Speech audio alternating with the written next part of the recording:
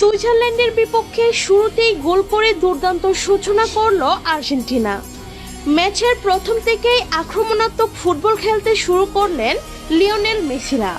তাদের দ্রুতগতির আক্রমণে চাপে পড়ে যায় সুইজারল্যান্ডের রক্ষণভাগ। অবশেষে ম্যাচের মাত্র 9 মিনিটে আসে সেই কাঙ্ক্ষিত গোল। আর্জেন্টিনা একটি কর্নারের সুযোগ পায়।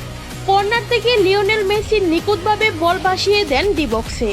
ঠিক সেই মুহূর্তে দারুণ টাইমিংয়ে লাফিয়ে উঠে হেড করেন ম্যাক অ্যালিস্টার। তার শক্তিশালী হেডে বল জড়িয়ে যায় জালে।